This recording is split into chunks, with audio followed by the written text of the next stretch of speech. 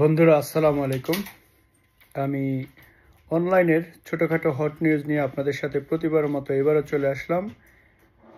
বাংলাদেশের বর্তমান ট্রেন্ড এবং বর্তমান বিশ্বের আলোচিত ব্যক্তিদের মধ্যে একজন বাংলাদেশের স্বনামধন্য মাননীয় প্রধান উপদেষ্টা জনাব ডক্টর মোহাম্মদ ইউনূসকে নিয়ে কথা বলবো।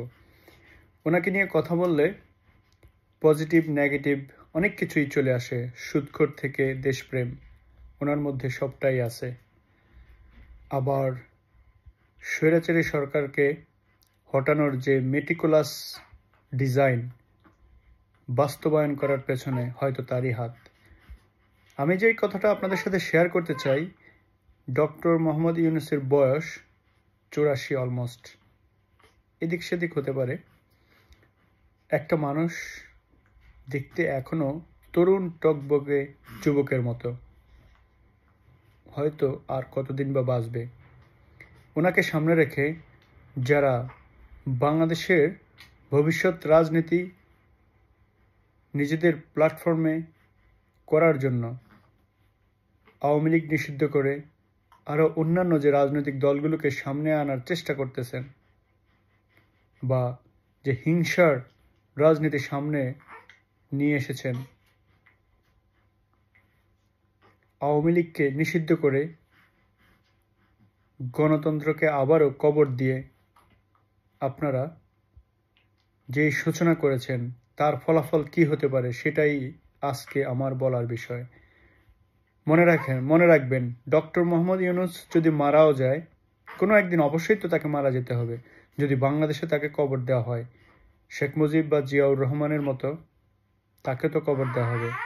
এই আওয়ামী লীগ ভবিষ্যতে কোনো একদিন আবার সংগঠিত হবে। সেদিন ডক্টর মোহাম্মদ ইউনূসের লাশ তুলে ফেলা হবে, তুলে ফেলে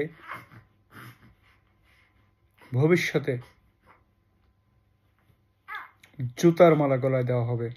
এই আমি আজকে আপনাদেরকে বললাম, আপনারা দেখবেন আমি যদি বেঁচে নাও থাকি, কোনো একদিন আওয়ামী লীগ ফিরে আসবে, এসে এই ডক্টর ইউনূসের লাশ কবর থেকে তুলে তাকে জুতার মালা পরাবে। অ্যাটলিস্ট আরও হয়তো অনেক কিছু করা সম্ভব না।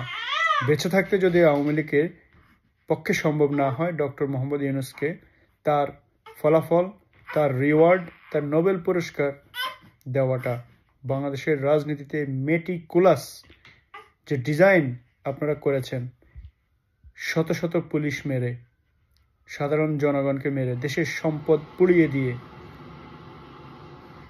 দেশের থানা লুটপাট করে, পুলিশ ঝুলিয়ে মেরে, এগুলোর ফলাফল যাদের কাছ থেকে এসেছে তাদেরকেই ভবিষ্যতে কোনো একদিন এভাবেই পরিষ্কারভাবে বলে দিলাম।